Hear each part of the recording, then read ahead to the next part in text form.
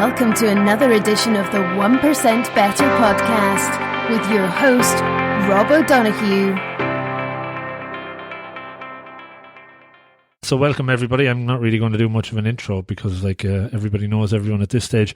I think it's 13 or 14 deck probably at this point of these, half the year.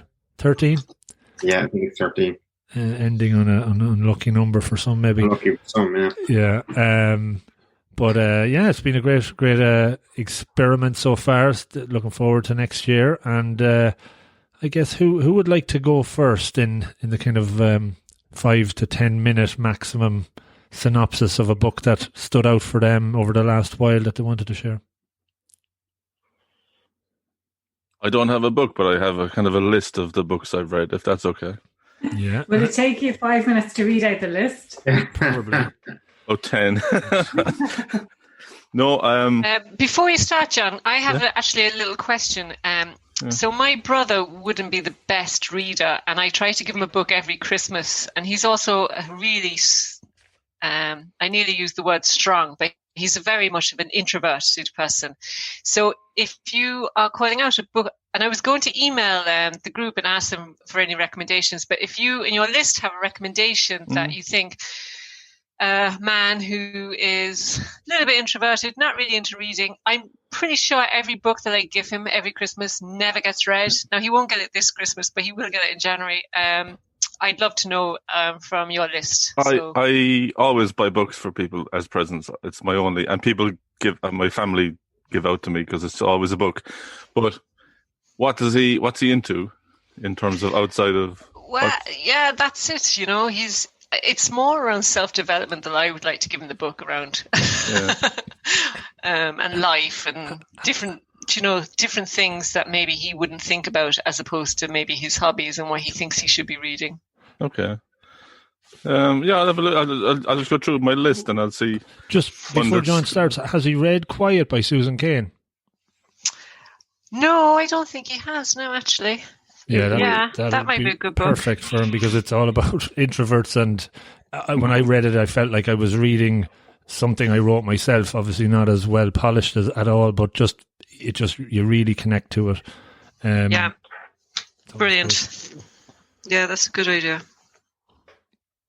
And if he's into sport, there's a few that are overlap with sport that are like personal development and sport. So yeah. I mentioned I'm giving the PT guy your book tomorrow, Sarah. All right, okay. Awesome. Leadership, isn't it? And what sport you teach. Yeah. That's awesome. Hopefully he doesn't try anything on me next year. How about, Susan, like an audiobook or a subscription to an audiobook service or something like that? Oh, yeah, that's an idea too, actually, Aoife, yeah. If he's not that into reading, he might prefer to listen to books. Well, yeah, no, he does read. I'm just not sure he reads the books that I think he should read. Oh, okay, yeah. It's one of those things where it's like you read a book and you're like, oh, wow, that's profoundly changed my life. Everyone should read that book. And you're like, here, take this book. I think you need to read this book. You'll automatically become an extrovert. Actually, the book that probably changed my life the most was years and years ago. I read The Right Stuff by Tom Wolfe, if you know that one. It's about the astronauts. And Tom Wolfe is like a great writer. I think he wrote Bonfire of Vanities, which was fiction, but and he's one of these extravagant Southern gentlemen who dresses in a white suit and wears a fedora, and he's all that kind of stuff. But he wrote this book. It's almost journalistic. It's about the astronauts, the first American astronauts, the Mercury 7, and they made a movie about it afterwards. And I think they've made Amazon have made a series lately. I haven't seen it yet, but it's about exploring the frontier of everything, danger and engineering and science and rockets. And it's about these guys who are all alpha test pilots and how they struggle with each other and with the concept and how they dealt with the fame and the whole thing. So, it just got me. I hadn't remembered that now for a while, but it kind of got me going on aviation and space and all that kind of stuff. It did. If it changed me, I'd say it did change me. Yeah, absolutely. And his first year of college was aeronautic engineering. Well, then, if he hasn't read The Right Stuff, Tom Wolfe, get him that. The other one is Man on the Moon by Andrew Chaikin, which is a bit of a heavy-going book. But it is the history of the Apollo missions at forensic detail. It's fantastic. Okay. And that's a good follow-on from that one. So, because they could do follow-on, those books. If he's into aviation or aerospace of any time, he'd love that. Lovely, thank you, John. So I looked at my list here. Normally I'd read a lot more books, but I'm studying this year, so I only read about 20 books. What are you studying, John? What are you studying? I'm doing Management Information Systems in UCC, in the BIS, in the business school. Around my particular topic is around innovation in the pharmaceutical industry. So I'm only just starting. I only started there in September. Make vaccines in the future, John, will you? I don't know. Yeah, a lot of our customers, our clients, would be making vaccines. MSD, Bruni, and all these people, they make the vaccines. And I talked to a guy the other day from Pfizer, and he said all the Pfizer staff in Cork are going to get the vaccine for free and upfront from Pfizer. So I was like, that's fair enough. That's a good perk of the job. Yeah. Yeah. So January. I don't know. Do you know Ian McEwan, the English author? He wrote Atonement is probably his biggest book. Those ones. And his new book at the time was Machines Like Me, which is a really good, slim book, and it's all about this dystopian, or not dystopian, I always say that, about this alternative future where Turing lived beyond when he actually committed suicide, and he influenced AI to the extent that in 2019 we had working AI machines, and this guy in the book, he buys an AI person, and it just causes so much trouble in his life. It's a fascinating kind of alternative universe. What's it called? Machines Like Me. This AI just ruins his relationship and destroys his life, basically. But he gets to meet Alan Turing in a kind of imagine an Alan Turing who's gone off to Silicon Valley and changed the world, and come back to England and is the hero, as opposed to what happened. So that's fiction, and I love Ian McEwan. He's very good. And then I read The Long Goodbye by Raymond Chandler.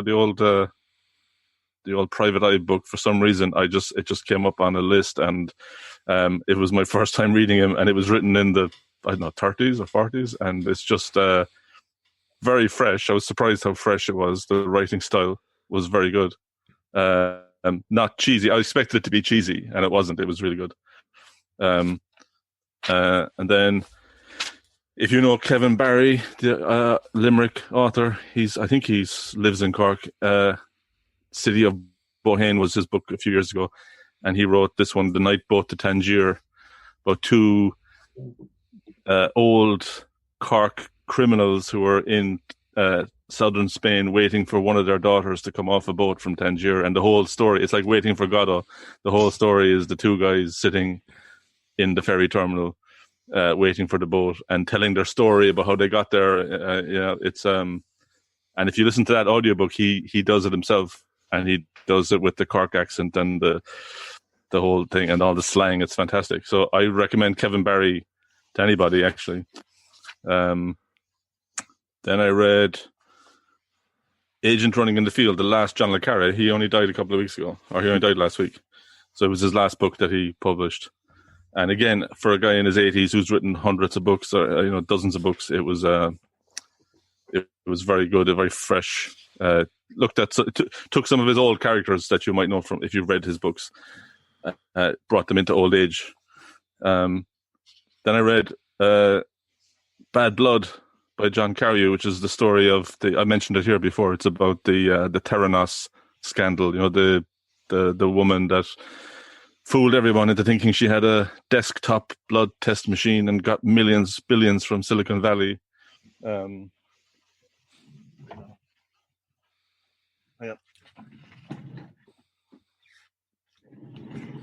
there's a HBO documentary about this, but that's the book there, Bad Blood. If you like these kind of mystery or these realistic things, it's a crazy story. I don't know how she got away with what she got away with. We're just lucky that she was found out before COVID, because she'd be top of the list of scandals. That's a true story. Then I went down the science fiction rabbit hole and I read a couple of Isaac Asimov books, reread them that I hadn't read in a while. Foundation series, if you like. Oh yeah, that's what happened. The three big science fiction series out there are Foundation by Isaac Asimov, Dune by Frank Herbert, and what's the other one? Oh yeah, the Culture series by Ian M. Banks. And early last year they said there was a Dune movie coming, which is coming out soon by Denis Villeneuve. There was a Foundation TV series coming by Apple TV, and there was a Culture series coming from Amazon. So I went back and read Foundation. Now they've since, I think the Foundation series has been shut down due to COVID. It was being made in Ardmore Studios, and the Culture one has been shut down as well. That's been cancelled as well. So all we have left is the Dune movie. But I read the Foundation series 4 books, which are kind of sci-fi gospel. I read a book about, David Letterman and Jay Leno and Conan O'Brien, all these late night chat show guys. Well, a few years ago there was controversy when Jay Leno and Conan were fighting for the Tonight Show. Well, 10 years before that, Jay Leno and Letterman were fighting for the Tonight Show when Carson was retiring. And there's a book called The Late Shift. And it's, again, journalistic, but it's really good. It tells the story of how Carson was retiring, and these two guys were the prime candidates for the seat, the biggest seat in television, and how one of them won and one of them lost. But that's a great read. It's called The Late Shift. And he wrote a second book, which I have on the shelf, about the Conan Leno problems 10 years later. I haven't got to that yet. There's the Foundation. I went through all the Foundation books. And then I read the Mary Trump book about the family. Too Much and Never Enough, how my family created the world's most dangerous man. So sad story about it's about the grandfather, about Trump's own father, and how he treated her father. So Trump's brother was an alcoholic, and he was the one of the family who tried to get away from the family, tried to get out of the family business, and the grandfather kind of took advantage of his addiction and manipulated him, and they were disinherited in the end and everything. It's a crazy story, but it gives a little bit of insight into Donald. He kind of comes in and out of it as a young man, and it kind of gives some insight into what kind of a person he was even back then, and how he was influenced by his own father. That was kind of just a big hit. It was she was on the news. She launched a book, and it was well worth the read. That wasn't the brother. Some of these books that died recently, John, was it? No, the brother that died recently. This guy died in the 90s. I think he was quite young. He was only in his 40s, and he actually went off. He was a pilot. He loved flying and did in airlines, and moved away from New York. And he kind of started sliding back on his drinking, lost that job. And then Trump's father, what was his name? The Frederick, is it? The father. He kind of got him back in his claws again as a result. So it's a sad story, but it's kind of intriguing. It tells you kind of what the family is like. Mm-hmm. And then I finished up with another sci-fi book, Red Mars, which is a book on my list for a long time. Kind of very hard science fiction. It's very much about how people would live on Mars, and it's set in kind of the near future, and it's about the first 100 and how they get settled and how they start working on Mars and stuff. It's again, it's not kind of sci-fi in the kind of space battle sense. It's more kind of technological and realistic. And so then right now I've got 2 books on the go, but they're related to studies. One is Images of Organization, so maybe that one for the book club next year. Mm-hmm. Gareth Morgan is apparently he's well known in the organizational behavior field, He talks about the organization as he takes the organization from different angles. So organizations as machines, organizations as organisms, organizations as cultures, and he looks at how organizations kind of develop through these different lenses. So I'm kind of a third of the way into it, and it's looking interesting. So that's it. I hope I'm out of time. We're going to put a stop on you there at some point very soon anyway. But yeah, lots of good ones there. I really like the idea, or the Bad Blood documentary. Was that a one-off or was it multiple shows? No, it was a one-off HBO documentary, but you can look at her on YouTube and you'll find loads of stuff, because she was quite famous. Like, she managed to kind of impress the right people, right? She got in, I think her father was quite influential around Stanford at the time. And she managed to get Henry Kissinger and one of the other Reagan cabinet members who were retired at the time onto the board, which got her great kudos. She had a kind of a prototype that never worked, but she kind of faked, like legitimately, faked results and faked the tech working. Her point was that she was saying, I can get these into the Walgreens and into the chemist shops, and you can get your blood test done in 5 minutes. And she actually convinced the big, chains of pharmacies that she could. And for some reason, it's like almost, that Steve Jobs, what do they call his distortion field? He was so charismatic, he could persuade people of things. Well, she managed to persuade these people to the extent that when her technology still failed, they literally set up the business. They spent millions setting up the clinics in their shops, and they sent the blood to her in San Francisco, and she tested it on ordinary machines that she bought, from the big companies, and pretended that she was using her own technology, and she wasn't. Like, she had everyone wrapped around her finger, and when she fell hard, but it was a huge story at the time, and it's not that long ago. As I said, thank God she isn't around now, because she'd be screwing people. Interesting stuff. Cool. Who's up next? You have to call on somebody, John. Yeah. Okay, is everyone up for grabs? I'll go with top left, Declan. I'm top left. Interesting. On my screen. Yeah. Well, I went for a bit of a left field one, given the year that's in it. Like, there was, I don't know, has anybody ever heard of Tuesdays with Maury? It's a great book. So it's really about, like, lessons on life. And for me, probably particularly coming up to Christmas, after the mad year we've had, kind of stay away from the just the management and the personal development side of things. But it's a great reflection on life. And I suppose just to set up the premise of it, it's basically Mitch Albom who wrote it, who is a sports journalist. And one of the days he switched on the TV and saw an interview with his old college professor who was actually dying. And he had motor neuron disease.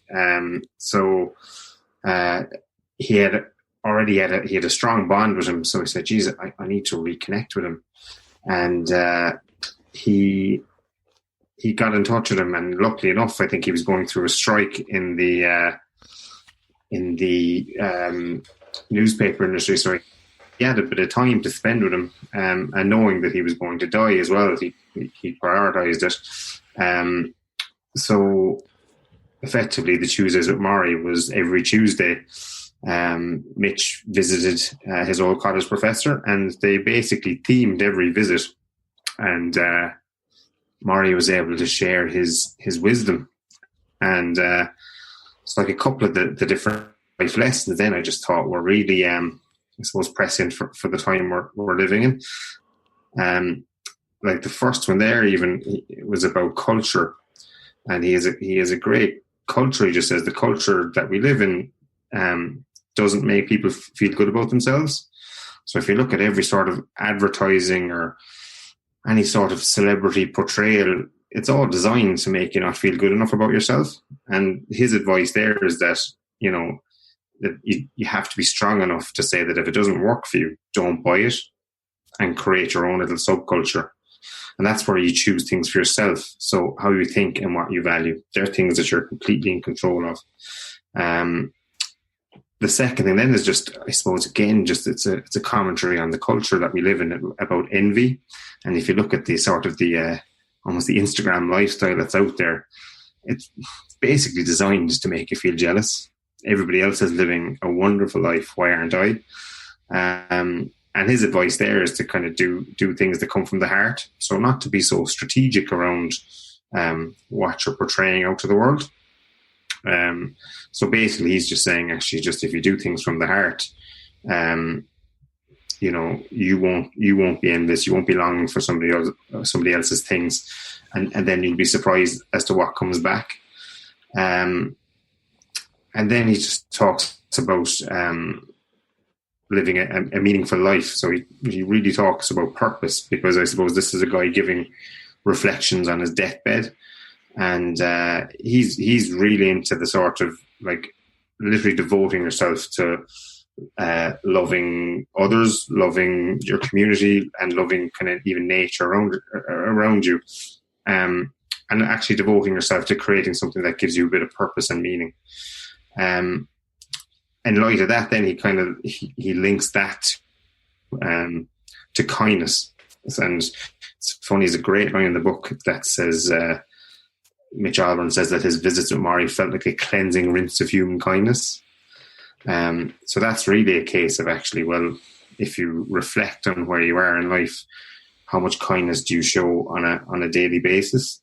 And it's probably easier around Christmas to show that bit of kindness, but you know, what about the other 364 days of the year? And then really it's a case of actually he makes a remarkable reflection on actually death itself.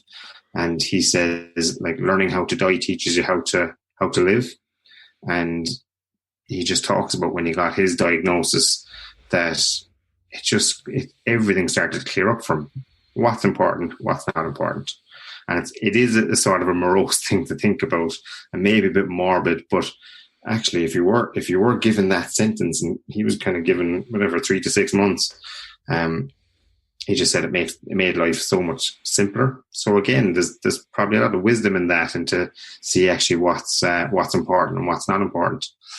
The sixth one there is just all about forgiveness, and it's again great reflections. He was just saying that, yeah, of course you need to forgive other people, but first and foremost you need to forgive yourself for the things that you didn't get to do and the things that you should have done, and about how you can get really stuck on the regrets of what should have happened or what didn't happen, and really talking about like that self-compassion piece, that in the end the things that you didn't do or shouldn't have done, they're not going to really keep you company when you're in his position.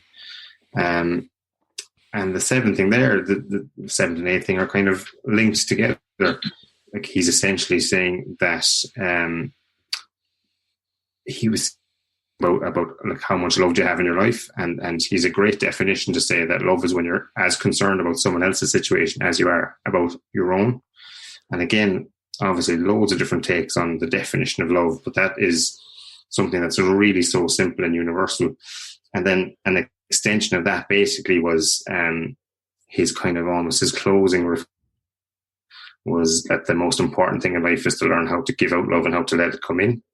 And then, you know, I just thought a really, really nice thing to be able to reflect on, especially coming up to Christmas. That's going to be a bit different for a lot of us.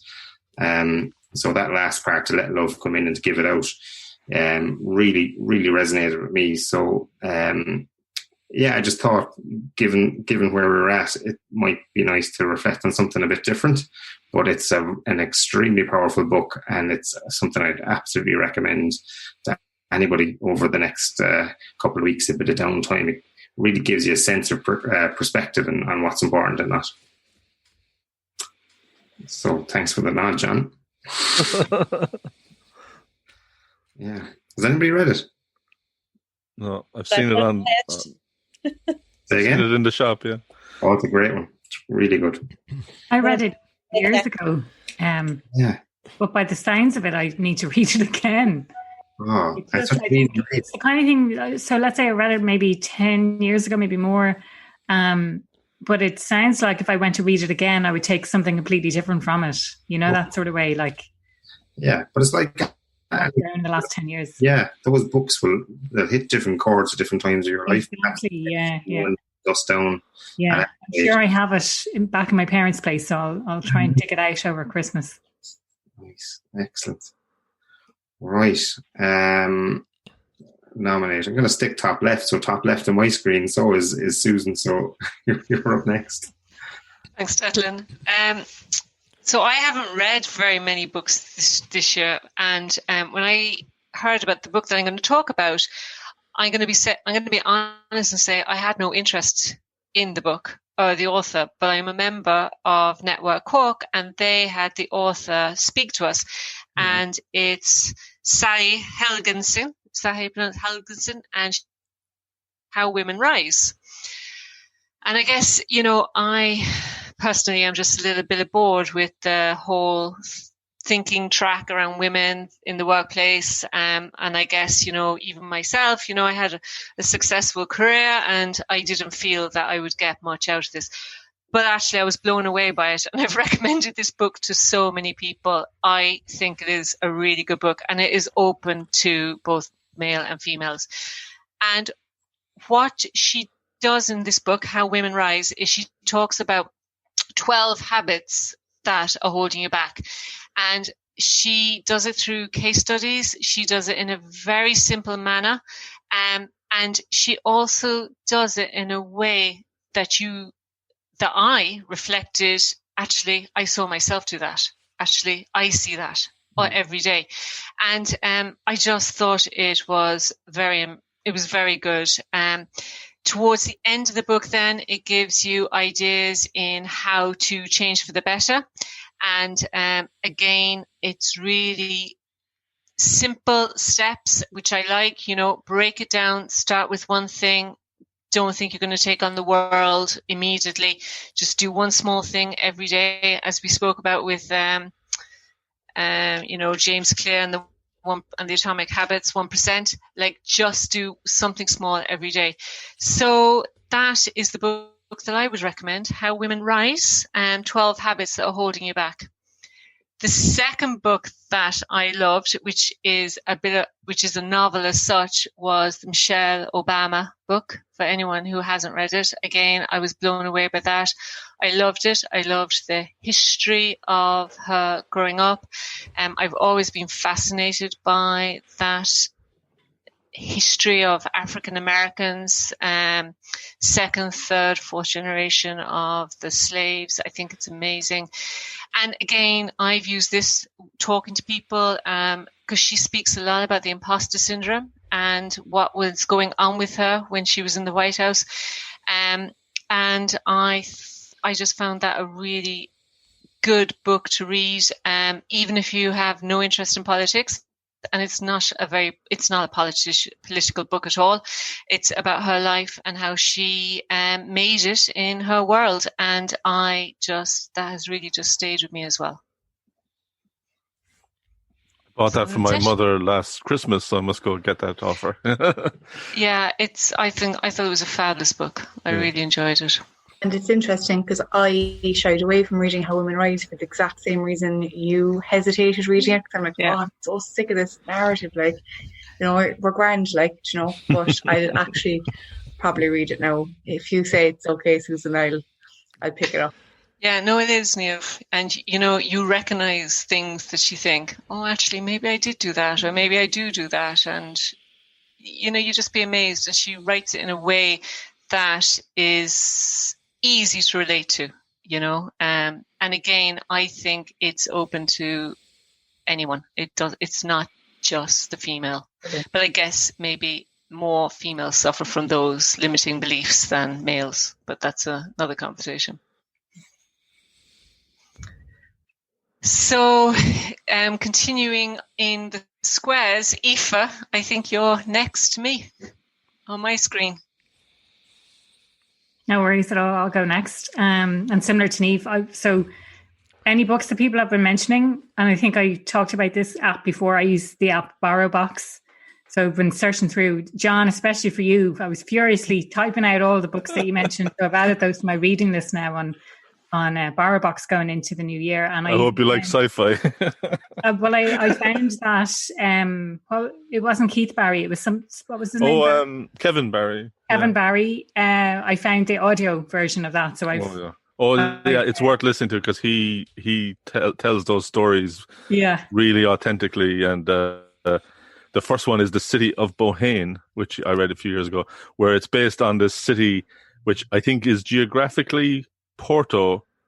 It's a fictional city. It's geographically Porto in Portugal where he lived, or maybe Lisbon, but it's definitely Cork. I mean, the characters and the stories, it's so Cork. Yeah. Brilliant. And Susan, I've added that now. That's on BarrowBox as well. So I've added that to my list as well. And the Michelle Obama, I think my mom got it as a present a couple of years ago. So again, I'll be like borrowing that at Christmas time.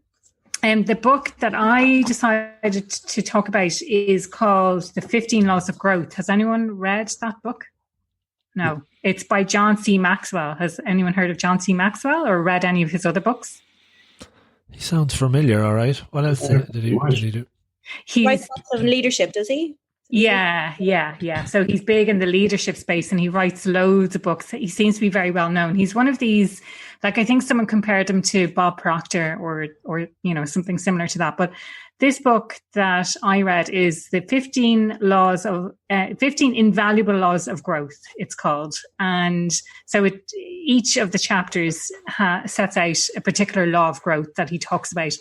And on the one hand, it's not groundbreaking. It's not like he's pulling stuff out of the air that you'd be like, oh my God, that's so, I would never have thought of that. It's all relatable stuff, but it might be stuff that you're not necessarily doing. And the way he explains it, both in the book and then there's videos and things that you can find online of him like doing seminars and different things like that. I just found it, given that I've done a coaching diploma and like, for me, it was still mind-blowing, the kind of stuff and the simplicity that he talked about it with. So I can talk through the different laws. So the first law was the law of intentionality. And to me, that was like, wow, why does no one talk about this? So when you talk about personal growth and personal development, you assume that you're going to grow anyway, or at least for me, I'll download books and I'll read them, and on the assumption that if I put into practice what they're talking about, then I'm going to develop and grow in some way. But what he's talking about is thinking about it a bit more strategically and like, in what areas do I want to grow in, and be really intentional about the areas that you want to develop. He speaks about the different gaps that might be holding you back. So there's the knowing doing gap, which probably a lot of people are familiar with. So like, you know what it is that you need to do, but for some reason you're not actually doing it. So you know it, but you're not doing it. How do you close that gap? There's the perfection gap. So you assume that you need to be perfect before you can start. There's the assumption gap when you make assumptions about things and the way they should be. So, throughout the book, there's a lot of these just tying everything together in a really nice package, I think. So that was the first law, the law of intentionality. That was one of my favorite ones. The law of awareness then is about really knowing yourself, knowing your strengths and your weaknesses. The third law is the law of the mirror, and that's about your own self-image and your own self-esteem. The law of reflection then is giving yourself the time to reflect on the experiences that you've been having, and to learn and to look back and to ask questions of yourself as you grow as well. Law number 5 is the law of consistency, and that is an area that I think a lot of people struggle with. So you might be motivated to start something or to start something new, but then it's continuing to do it. So forming daily habits. And again, this is where the likes of Atomic Habits and stuff like that will come in. He says it's not glamorous, but it's the magic sauce. And what's the important question to ask is, do you know what you need to do to improve? Number 6 then is the law of the environment, and that's about having the right environment around you. So whether that's being surrounded by the right people. So he talks about being the sum of the 5 people that you hang out with, making sure that you're in the right company. Does your environment push you forward, or does it pull you back? Does it need to be changed? Do you have people who can hold you accountable? What really fills your soul? So there's some of the kind of points he puts forward. Number 7 then is the law of design. And again, I kind of picked out 3 of my favorite laws. The law of design, again, it sort of ties in with the intentionality piece. It's focusing on the big picture and what systems you have in place to help you. So it's designing your life in such a way that it facilitates your personal development and your personal growth, and facilitates you achieving what it is that you want to achieve. But it's done by design rather than by accident. And number 8 then is the law of pain. And that's about building resilience and growing from negative experiences that you have. And it's getting out of your comfort zone as well. Number 9, then, the law of the ladder. And that's about building good character. So what are your values that you need to live by? And what is the character that people, like, what do people ultimately see in you? And what makes people look up to you? And what does it mean to you to be a person of character? So it's kind of building on this idea of character as you grow and staying true to your values. Number 10 then is the law of the rubber band. And so that's about creating this level of stretch, but not stretching it too much that it's going to snap back. And how do you stretch enough that you get to the next level, but you don't kind of burn out, or you don't kind of snap back? Number 11 then is my other favorite, and that is the law of trade-offs. And it's knowing what you have to give to grow up. So what do you have to give up in order to grow? And so oftentimes it might be easy because you're presented with 2 choices, and one is maybe it's not really that interesting. Another one is really exciting. So it's really easy to make that decision. But as you grow more and more, the 2 choices that you have to make are going to become a lot more difficult. And it's being able to trade off in the right way, or being able to be happy with the decisions that you're making and kind of stick with them without looking back. He talks about these things, the never again moments. So knowing what your never again moments are, like, I'm never, ever again going to let that happen. And again, that's something that you can learn from and you can take going forward. Number 12, the law of curiosity. And that's about keep asking why, just live your life with a level of curiosity. Number 13 then is the law of modeling. And that's about finding mentors around you who can help you. So it's, he has a great kind of quote, which is, it's hard to improve when you have no one but yourself to follow. So it's about finding people who are better than you at what it is that you want to be good at and following in their footsteps. Number 14 then is the law of expansion. And I suppose it's kind of like the more you know you don't know. So when you grow, you think that you're going to reach a destination, but it's actually more about the journey, and you're going to keep growing and keep growing and keep growing once you're on that journey.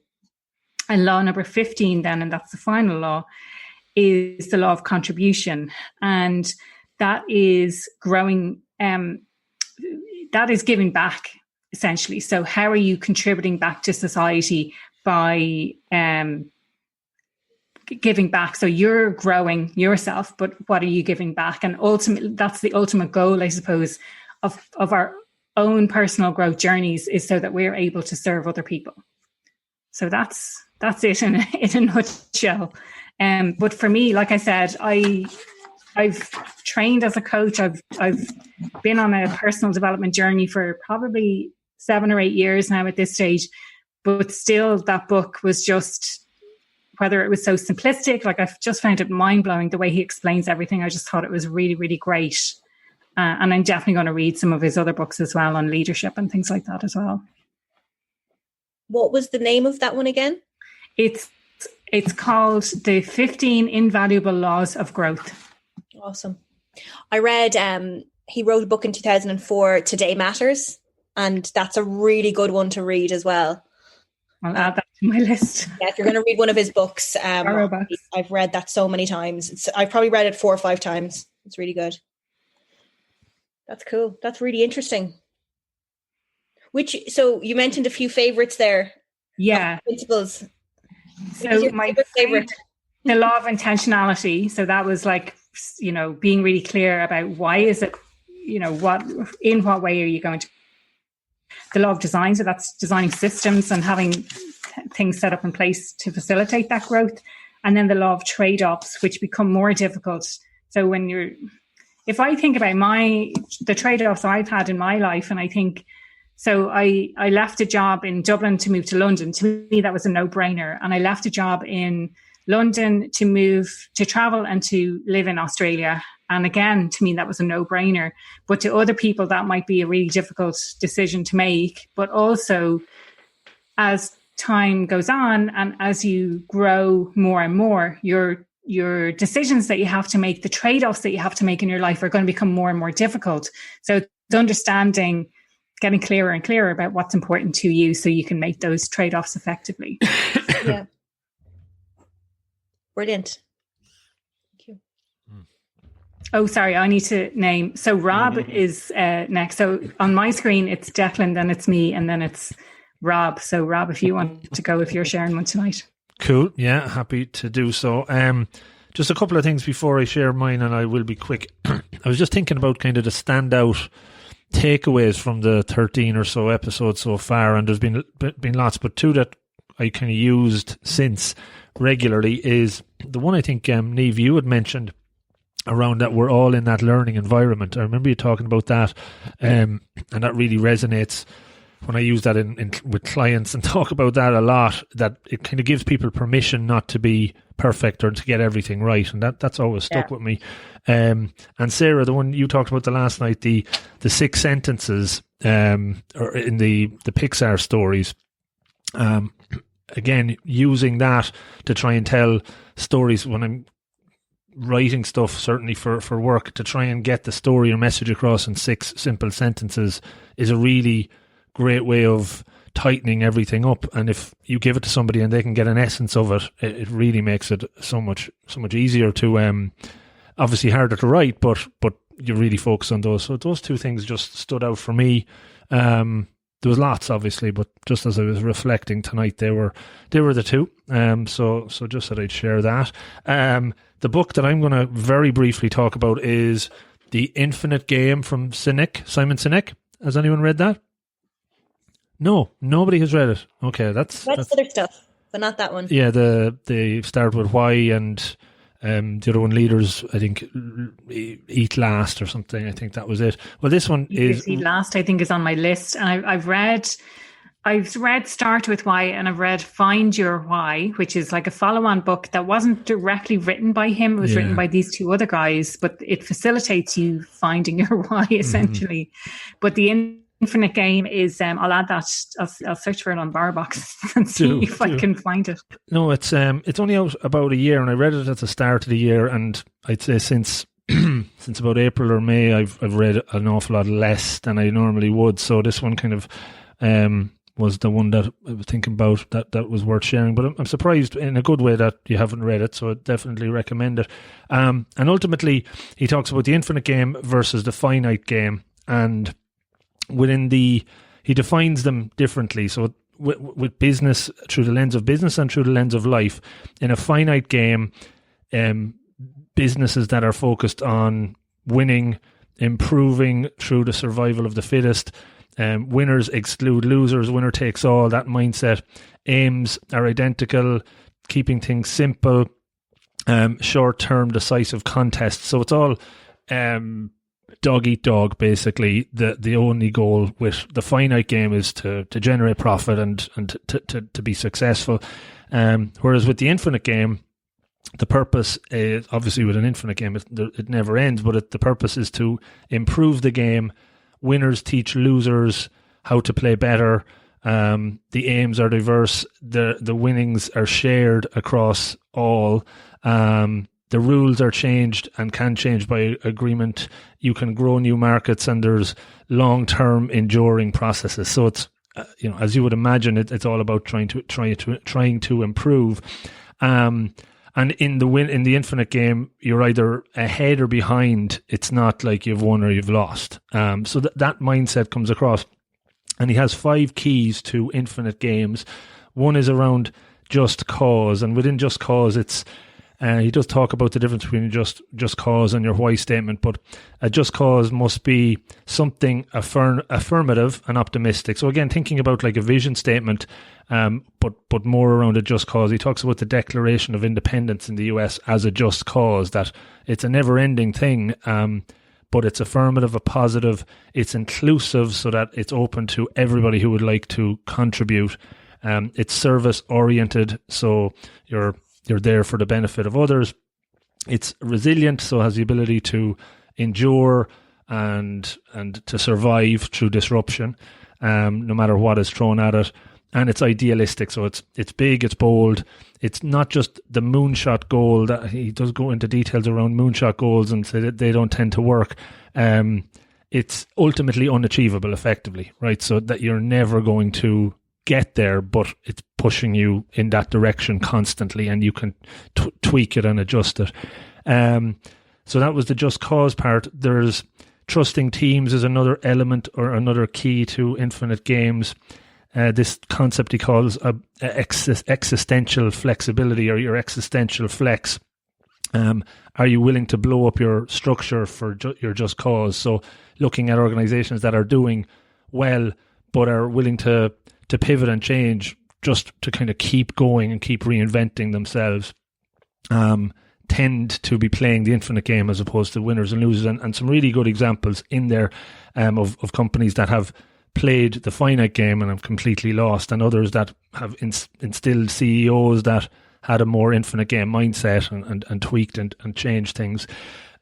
And the last piece, this concept of a worthy rival, and this one I'll just talk a little bit about, is whether you're an organization. He compares Apple and Microsoft, and Apple play the infinite game because their pure goal is to create really cool things, whereas Microsoft, back in the Ballmer days anyway, was to destroy Apple. Basically, their goal was to get rid of Apple, whereas Apple wanted to create brilliant products that can, advance human progress and focus on improvement there. So lots of really good examples. But the worthy rival, Sinek talks about, Adam Grant, the author Adam Grant, Winners, Give and Take, and a couple of others. Sinek says when he was kind of coming up and rising up with Start With Why, made him famous, and he would always see Adam Grant, who was around the same age, if not younger, with some of his stuff out, and he would have been like completely in awe of him and like just felt that this guy is way better than me, and like imposter syndrome maybe around him. And then one day, a few years ago, both of them were on the same bill to talk. So he approached them beforehand, and he said, like, look, I've learned so much from you, I've huge admiration for you. And he said back to him, like, he was completely in awe of him. So they were in awe of each other, right? It was a bit like Zoolander, if you can remember that reference. But so in a way, though, having that worthy rival, right, having somebody that you were in awe of but that pushed you on is hugely important in the infinite game. So if you have a rival company or a rival in sport or whatever, that they talk about Federer and Nadal, right? They're brilliant worthy rivals to push each other on, to make you better rather than to they're not trying to eliminate you from the game. So so lots of really good stuff in that. I would recommend it, and that was pretty much it from me. Did I have anything else? Yeah. I'm sure he posted something on LinkedIn, not like very recently, about Adam Grant saying that, and this is my worthy rival. I don't know, did they do a podcast together or something? But I feel like they've done something where it's like, and this is, of course, my very worthy rival, and I was like, oh, that's a really nice approach. But I've added that to my list now on BarberBox as well. Very cool. Actually, great timing, Rob, because I've just finished, literally last night, reading Start With Why, because I thought it's a really good grounding book, isn't it? Mm-hmm. So I can just carry on now and read that one. Yeah, and I'm not 100%. Like, I think what he's wrote in the books are very good, and they get you thinking. I'm on the fence about Simon a little bit. He can, he's very polished. He actually spoke at the Gartner symposiums there in the last couple of months, and I talked to the lady that interviewed him for it. And I better not say too much more in case any of them actually listen to this. But he's a great guy, and he's welcome on to talk about his book anytime to the book club. You can edit that bit out. Of course. I don't bother. Rob, you're in charge of the podcast. So. No, editing, it takes too much time these days. So definitely check it out. It is a really good read, easy to read as well, and lots of great examples in there. So, all right, now I see. Neither of you are in top left or right, but I'll just look directly below me is Niamh. So Niamh, you can go next. Okay, great. So as I mentioned anyway, I kind of tend to read 3 books on the go. Just righty. So start with Why, the 12-week year by Brian Moore, and I might use that one for a book club in 2021. But the one I'm picking tonight is Made to Stick. Have you read Made to Stick? So this is all about why some ideas take hold and others come unstuck. And I suppose, obviously, in my line of work, I'm always trying to get people to think differently about time and energy and effort. So the power of kind of getting that idea to stick is absolutely important. And I just thought it was relevant in every line of work, actually. So with everything going on in my daily life, I didn't have a chance to make notes, but luckily I had earmarked the pages I loved, so isn't that handy? So there was 2 or 3 things that really stood out in this book. The first is the exercise of the tappers and listeners. Have you ever heard of this experiment? It's blew my mind, right? Mm-hmm. So in 1990, a lady called Elizabeth Newton earned a PhD in psychology at Stanford by studying simple game. Okay, she assigned people to one of 2 roles: tappers or listeners. Tappers received a list of 25 well-known songs like Happy Birthday and The Star Spangled Banner, right? And they were asked to pick one of the songs and tap out the rhythm to a listener by knocking on a table, right? So, okay?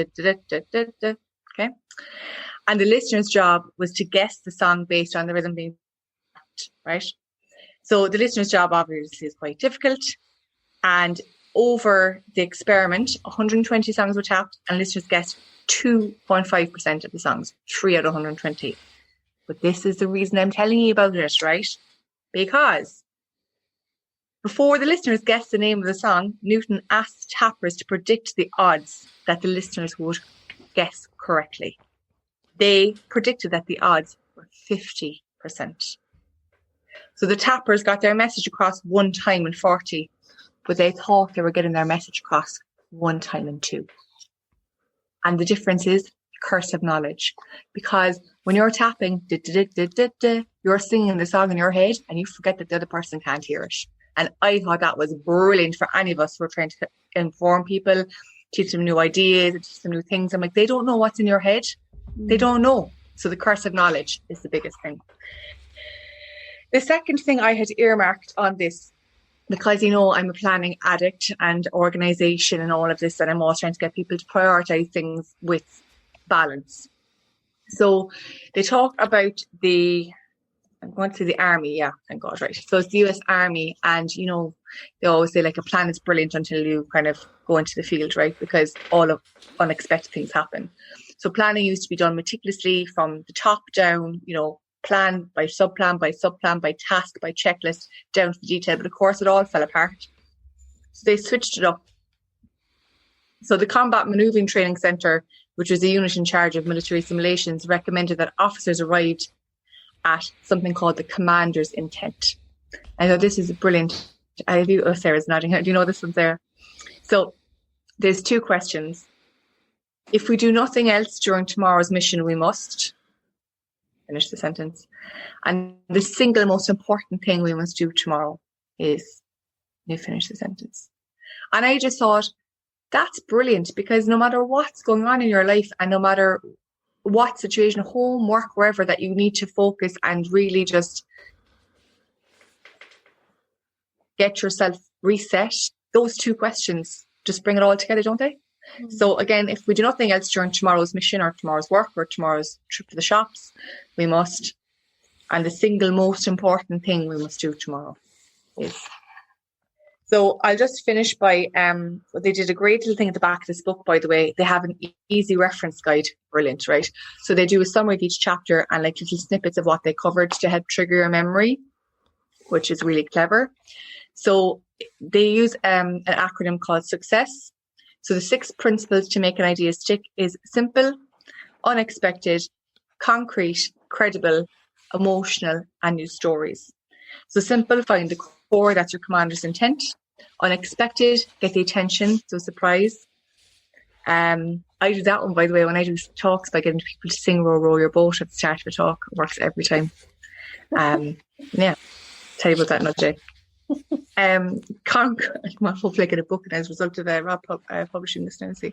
Right, concrete, help people understand and remember. So that's about fables, you know, like you always remember the old fables. Why? Because they're so concrete, they stick there in your head. Make sure that they're credible. Make sure they're emotional. So the Mother Teresa principle: if I look at the one, I will act.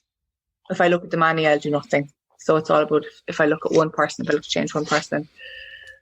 Stories.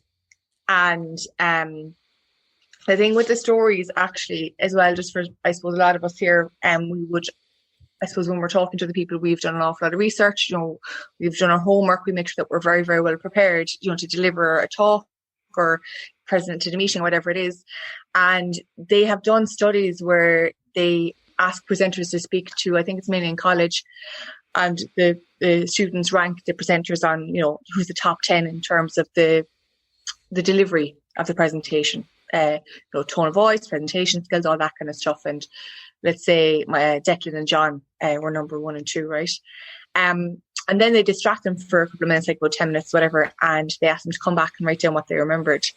And no matter what Declan and John said, right, if Aoife and Sarah used stories, they'll remember the stories that were told, as opposed to the data and the facts and the stats and the research by who they don't remember any of that. They always remember the story. And I just think it's so easy for people as we learn more and more to try and give them all of the detail. But our job is to, of course, take all of that and present it in a really simple story, and then help it stick. So that's my book. I thought it was fucking brilliant, and I highly recommend it. What's the name again? Neve, just hold it up. It's called Made to Stick, yeah. By Chip and Dan Heath. Oh, it's the Heath brothers, yeah. That was actually on my list already on that. But what was the book you mentioned just before that? You said you'd talk about at a book club next year. Oh, the 12-week year. But I'll summarise that for you next year there, Aoife, because I read those things for breakfast. So it'll save me... It'll save me 1 week of reading. Is that yeah, that's my bedtime routine. Like, ooh, bit of planning. I read that now before bed, so I'll do that one for you, and you can read the others, and then take it off you instead. Neve, in that one, I think that's the one. I remember listening to a podcast where one of the Heath brothers was talking about movie titles, and it was the Speed, talking about the movie Speed, yes. And think of. I think I said this in one of the early episodes. I remember Die Hard on a Train or something like that. It was like, think of. Alien on a bus, or Die Hard on a bus, or something like that. Yeah, Die Hard on a bus. And it's really visual. You can connect your memories to it, and it'll stick as a result. So yeah, it's cool. Yeah, so really good book. So highly recommend to all of you. And the Commander's Intent, I just thought was brilliant. Since I started using it as well. So I think last but not least, is this Sarah? Is, and I'm thrilled that I'm last, because I said I'm down with family now for Christmas, and I said I don't have 5 minutes to fill for this. I'd love 10 seconds, because I am reading a book and it really is just one theme and it's one sentence, and it's transfixed me. So it's called Who Not How by Dan Sullivan, who's the strategic coach, and Dr. Benjamin Hardy. And it's very, very simple. It's around when we're trying to achieve goals, we spend so much time figuring out how we need to achieve our goals. And usually with the goals that are maybe stretch goals, they're beyond our own present level of capabilities. And as a result, we should be asking ourselves, who can help me achieve these goals? And that's the question. Who, not how. Who can help me achieve these goals? Because when we ask who and we get that guidance and advice from others, we're tapping into their capabilities and their abilities that might be beyond ourselves. Because if we could achieve our goals, we probably would have achieved a lot of them already. So it's about asking ourselves who versus how. And I've never once sat down when I'm thinking about goals, which I tend to do every quarter, but certainly at the end of year, I've never once went, who can help me, or who can I talk to about this, or who could I get advice from on these goals? I've never went that route. I've always went the how. And I just thought it was such a simple concept and yet really powerful. Love that. Yeah. I'm a big who person, so I'm going to pick up that book. Yeah. Simple book, really, really good. I also then just adds in on just about how people research around people who overcome addiction. They don't overcome addiction because of willpower. They overcome addiction because of connection with others. It's relationship, and all the behavior change research is indicating it's around environment, but it's the people within your environment that support you change. It's your connections, it's your relationships that ultimately support you. It sets a higher standard. It's, it inspires you, etc., etc. So again, asking ourselves, who are the key people that will help us? Who can we tap into? Who can we get this support from? It's just a totally different angle that I never heard of. So it reminds me of right now, Biden is picking his cabinet choices and his agency heads, and the theme that keeps coming back is it the personnel are the policy? And what he's saying is, the people he chooses show you what he wants to achieve. Like he picked the first Native American woman to be a cabinet minister for the interior, and Pete Buttigieg for transport. And so it's kind of very similar. It's like the people will tell you what I mean. The choices I make are around what they'll do, and who they are. Bit of a shift from Donnie. Yeah. Change of pace, anyway. It's always that saying, was it never surround yourself, or never be the smartest person in the room, or surround yourself with people who are smarter than you. Yeah. Well, Sarah, I love that actually, because I use who a lot actually. I use Kipling's 6 Fan and 7 Men, who, what, when, where, why and how, and you start with the who all the time in your goals. But it's great to know there's a book out there now that I can get my teeth into, so you're on my list after that. Thank you. I've just bought 5 books. So you guys, everyone who recommended a book, I've just bought one. So. I know. She's like this. I was with Amazon on the side. Yeah, Rob, I'm going to hopefully stop recording there in a second, but I'm actually using my excuse that I'm heavily pregnant, well, not heavily pregnant, mid-pregnant, and a bit distracted this evening, so I haven't been taking notes, and I hope that you will use that as a good reason to share maybe the book list with the podcast in the notes, maybe. Oh yeah, absolutely. Send it on. Eva has the list. Eva, how long is your list now? Oh yeah, Aoife, you could just send me the list. Yeah, you just send me your screenshot of your book, your borrow box, and I'll just copy and paste the whole lot. Yeah, send it on, definitely. Yeah. I think we should have a session on how to build more reading into our week, Niamh. Maybe you can help us with that. I read before bed every night, without fail, even if it's just a chapter. I read for about 45 minutes. And I've read already 57 books this year. So I'll be heading towards 60, I'd say. Jesus. By the end. I leave books all over the house so that I pick them up as I go around. So I leave them easily accessible places, and then I switch out audiobooks in the car. And I hate TV. I never watch TV. I listen, whenever we took public transport in the past, I would listen on public transport. I listen when I go out for walks. I don't tend to listen to music anymore out walking. I would listen to audiobooks and podcasts instead. And I did, I don't go this extreme, but I've heard stories of I want to say someone like Bill Gates or something, like gets his Kindle out when he's waiting in line anytime. I do that, but I don't use the Kindle. You can be listening to an audiobook or anything. Yeah, use it on your phone. So I have the Kindle app on my phone, Susan. So when I'm out, if you're queuing anywhere in Boots or anything like that, instead of going on to Instagram, open your Kindle app and read a few lines of your book. That's what I do. It's brilliant. Mm. You fly through the stuff then, like with the queues these days, might as well do something. Audiobooks, yeah, definitely in the car or walking, yeah. Mm. And I always or you have can the just not book. compete with other people, Susan, and be happy with the fact that you read a couple of books this year. Yeah. You know, to Declan's point earlier about the whole envy and the comparable, you know, situation. You know, we're all in different places. Read your books and be happy. You know, do it out of love. I've got this OCD problem. I can't listen to an audiobook unless I have the physical book in my possession. So I will actually read the book and then put on the audiobook, walk out and listen to that chapter, then come back and pick up the book where I left off. And someone did a study about that. You don't remember which parts you read and which parts you heard. You know, it's the brain can take them both in and compare them. So I've seen other things like they're apps that they fire words at you. And you can, like, it goes so fast, but you can your brain can process it, but you just see one word at a time.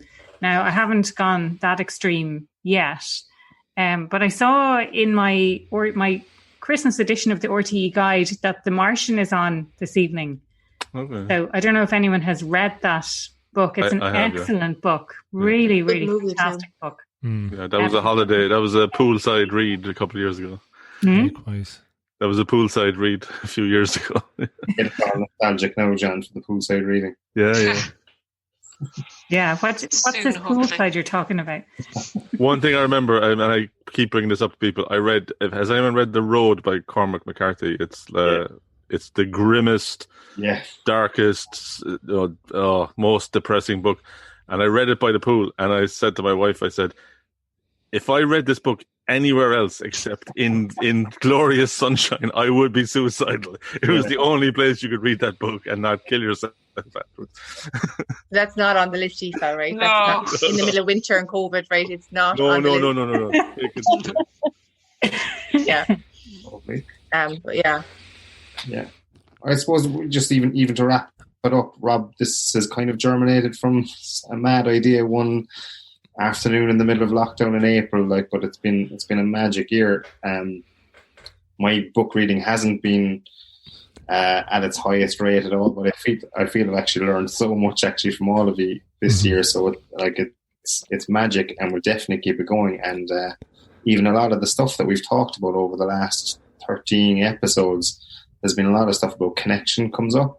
It's nice to be able to kind of find your tribe a bit and, you know, share things that we're all interested in. I always come away with every book club with just one little nugget and try to apply it for the next 2 weeks. And it's, for me anyway, it's been uplifting to find my tribe effectively. So thank you to everybody. I think it's been great. Yeah, well, Declan, on that note, after my first book club, I ran in next door to see it. Oh my God, I found people like me. So you definitely vote your people. I was like, yay, finally! Yeah, basically.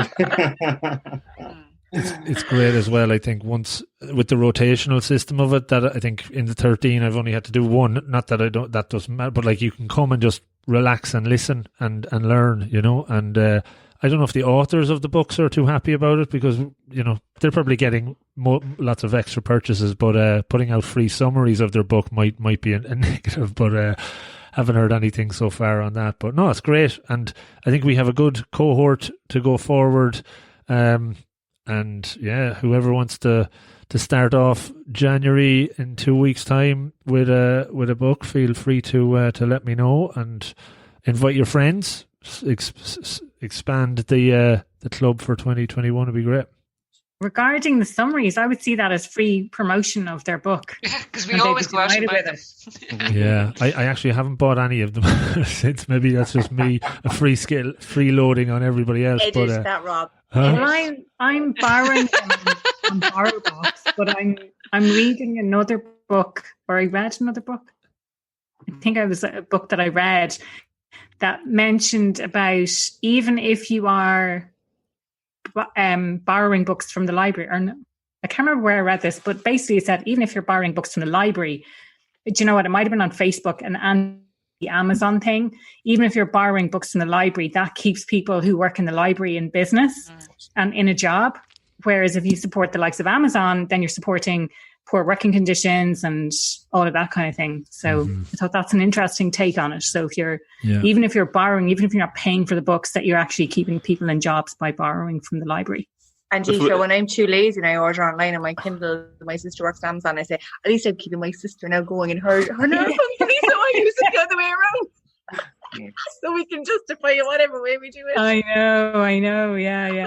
I love it. Like, and people, and can I borrow that and put it onto my Kindle? And it's like, no, Kindle is Amazon now. Like, I have a Kindle as well. So if I do get an ebook, it has to be a Kindle, you know. So Kindle snobs, yeah, I know, I'm the same. But no, the library, the bar box is brilliant. Yeah, bar box is brilliant. Absolutely. Most of those books that you mentioned this evening were on bar box. Yeah. Cool. I've bought it. I've taken a few off that, and then when I like them, I buy them to keep. You know that. Yeah. And of course, Rob, Vibes and Scribes. I think you would be the second-hand bookshop and Vibes and the old second-hand bookshop. Yeah, I've like tore that apart numerous times. There's nothing left. There's nothing really any good in there at the moment, but it's always good to pop in there. So well worth checking it out. I really miss sure you go in there before, Rob. That's the only thing I usually go in there after, and there's nothing left to take on the good ones. I really miss the Oxfam bookshop down in Paul Street. There used to be. Oh yeah. For a few years, they had a shop. No, they have a shop in Cook Street. That's clothes and all sorts of things. But they had a dedicated bookshop in Paul Street, and it's gone now. But it was a real treasure trove. I can't keep my. Huh? My laptop battery's at 1%. So. Right, we'll wrap it up. Dec. Thanks again for hosting, and great to see everybody. Look after yourselves over the next couple of weeks, guys. And we'll see you all in 2 weeks on the other side. Be good. Thanks everyone. Lovely. Bye. See ya. And send me over Niamh, send me over the list of the books if you wrote them down. Yeah. Aoife will, yeah. Okay, cool, great. Bye. Hey folks, thanks so much for listening to the show. If you enjoyed it, could you please consider helping me extend the reach of the podcast that a little bit further? You can do that in a number of ways. The number one way is to subscribe on your app of choice. This helps me with the chart ranking, leading to more folks stumbling across the podcast and checking it out.